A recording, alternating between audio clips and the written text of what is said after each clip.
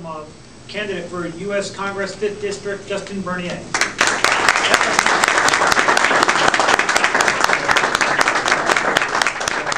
By the way, it's pronounced Bernier. We're trying to win the race.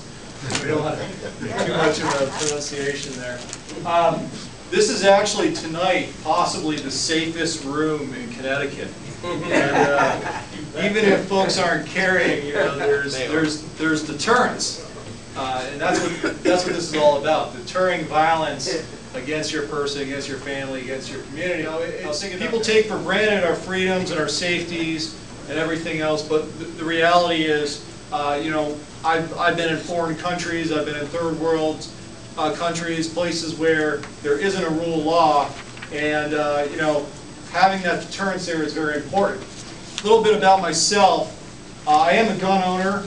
I think you know, I'm a strong supporter of the Second Amendment. There's a reason why it's in the top 3, after all. I've got a military background, so I'm qualified in both 9mm and the M16. I've gone all the way up to a 50 cal, but I'm not qualified on that. I'm here tonight to talk to you about our 5th district race. Now, a lot of you aren't from the district. I heard the towns being named when I was going around, but this race is still important to you because I think it's important for you to have an advocate down in the U.S. Congress and an advocate who can stand up for your rights when they come under threat from people that frankly don't respect the Constitution the way that we do. I believe that the country today is in big trouble, and that's why I'm running. I think we only have a few years to figure this out. I believe that the decisions we make over the next few years are going to determine what kind of country that we live in. And one part about my background in the military, I should tell you, I'm a naval intelligence officer. Served in Afghanistan in 2007.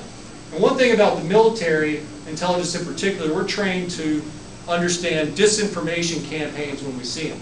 Now, disinformation campaign is when you get a lot of baloney from your adversary because they want you to think a certain way, they want you to believe something that isn't true. Now, we'll think about what's going on right now in Washington. They're telling us that the jobs are increasing, that the unemployment rate's going down. Anyone can see with their own eyes that that's not the case. They're telling us that inflation isn't a problem. But if you buy gasoline and you eat food, you know the price is going up. And they're telling us that healthcare costs are going to be going down because of Obamacare, and everybody knows that's not the case. It's going through the roof. All these things are kitchen table issues, and they affect the middle class. And they affect our ability to live the standard of living that we want to pass on to our children. If you add it all up, and why are they giving us this baloney? Why are we being fed this disinformation? And I believe it's because they don't have any answers. They've run out of answers.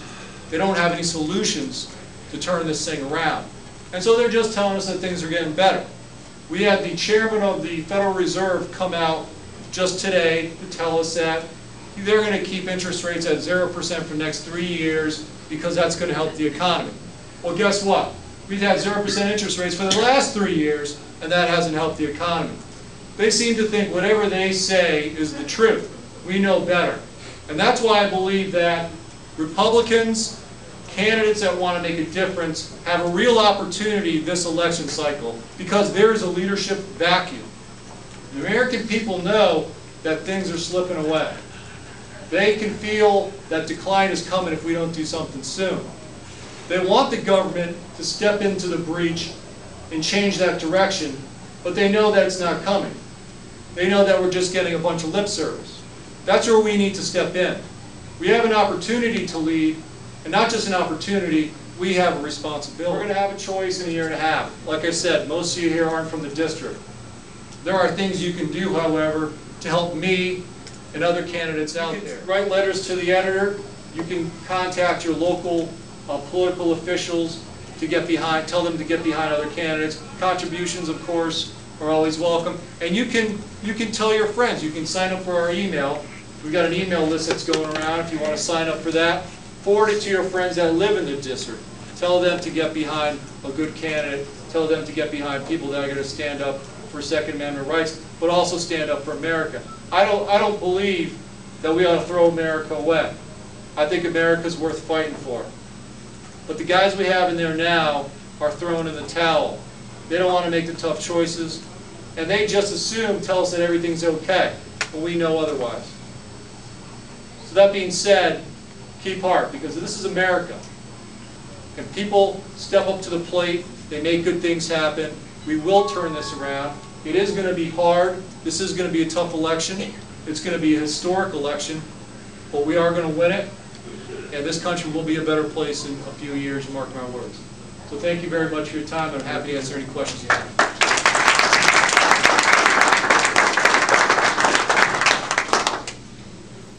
Yes, sir. Thank you very much for your service to our country. Question I have, a couple of weeks ago when the debt ceiling debate was going on, I was ashamed of most everybody that was down there. They wanted to abdicate their responsibilities and talk about politics. It's very straight what the will of the people is. And we saw it in our local, in our state government with Hartford, where they abdicated the responsibilities of the tax and the budget and such to the governor. And I think they did the same thing a couple of weeks ago in Washington. It showed me that there isn't a whole lot of difference between the two sides when it comes to standing up for what we put people down there. So hopefully when you go down there, and I hope you do, I supported you last time in the run, please make sure you stand tall with what we sent you down there for, and don't suck up to the bastards that are down there now. I appreciate that. First, thank you. It was an honor to serve in the U.S. Navy, and I was humbled to serve with so many great Americans. We do have the best military in the world. We need to remember that every day. The deal that was struck down there, you're absolutely right. They abdicated responsibility. They're setting up a super Congress now, a super Congress of these 12 all-stars who are supposed to save us. And that's not what the Constitution says. Congress needs to sort it out. I don't have a lot of faith that the 12 folks that are appointed by the leadership are going to be able to come up with a better situation. The Congress needs to listen to the American people and take action. Thank you. Yes, sir. Who's in Congress now? Right now, Chris Murphy is the incumbent. Yeah. I never understood a lot of his calls, but I don't think he did either. and I think what his main goal in life has just always been to re-elect. I don't know if there's ever been based on any principle other than that. But he is running for U.S. Senate now, which makes this an open seat, and very important because it's the best opportunity we have in Connecticut to elect a Republican. And I know not everyone in this room is a Republican, but I believe that it's important for us to have a two-party system in this state. You just can't have a one-party system and expect your rights to be supported over time. So we do have a great chance to pick up this seat, and odds are it's going to go Republican. But it matters who that Republican is. And you just can't say, well, we're going to get a Republican in there. It's got to be someone who's going to go down and stick to their guns and who's willing to make the tough calls when they're on the table. Maybe one more question. Yes, sir. If elected, would you work towards supporting legislation that would speak to national carry or national reciprocity? The laws are so convoluted from state to state. Something really needs to be done to smooth these things out. I mean, and it's gotten to the point where you can't drive from one state to another without having to consult with a lawyer. So I would like to see these things simplified and for Americans' rights, of course, to remain as strong as they are in these states. The reason I'm asking is, I understand other states have a right to their own laws too, and I'm looking more towards if a state has provision for carrying a firearm, which most do now, yeah. Even if it means following the laws of that state, having a national reciprocity where we reciprocate with each other. I have a permit from Connecticut. I can go to those other states as long as I follow the laws. I can carry my handgun. For instance, many of us here probably have Florida permits or Utah permits or New Hampshire. Yeah. Those permits, if you get out-of-state permits for those states, you're allowed to carry in other states, provided that you follow the laws, which is fine, but there's many states that have permits that will not allow, they won't recognize any other state's permits. For instance, Connecticut issues a non-resident permit, but it's a very costly thing, and there's some hoops that people have to jump through, and of course not as many as Connecticut residents do. But once you have that permit, you can carry here. But there's a lot of states that don't offer these types of things. So my hope is that you would look hard at that. Yeah, I would, and there's reciprocity for almost every other license you can think of, or many licenses anyways. Exactly. Sure. And that's the direction we ought to go. Thank you. Please. I'd like to know what your opinion of bat fee is, and if you would do anything to either abolish them or rein in their terror. It's funny. I was reading about Fast and Furious a couple of weeks ago. I know, and it just reminds me.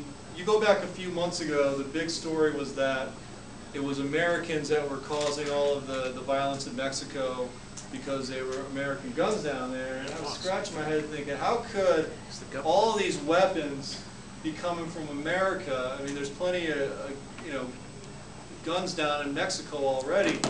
Yeah, of course, it turns out it's ATF. And it just goes to show you the truth isn't always what the government is telling us that it's supposed to be. I was shocked by that story, but I'm even more shocked that we haven't had any serious congressional oversight into it. Because if that had been happening, if those sales of those guns were going to violent crimes in the United States, there would have been a heck to pay.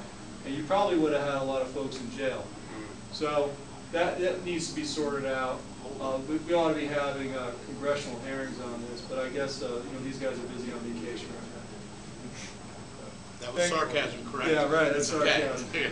Thank you very much for your time tonight. I really Thank you, appreciate Justin. it.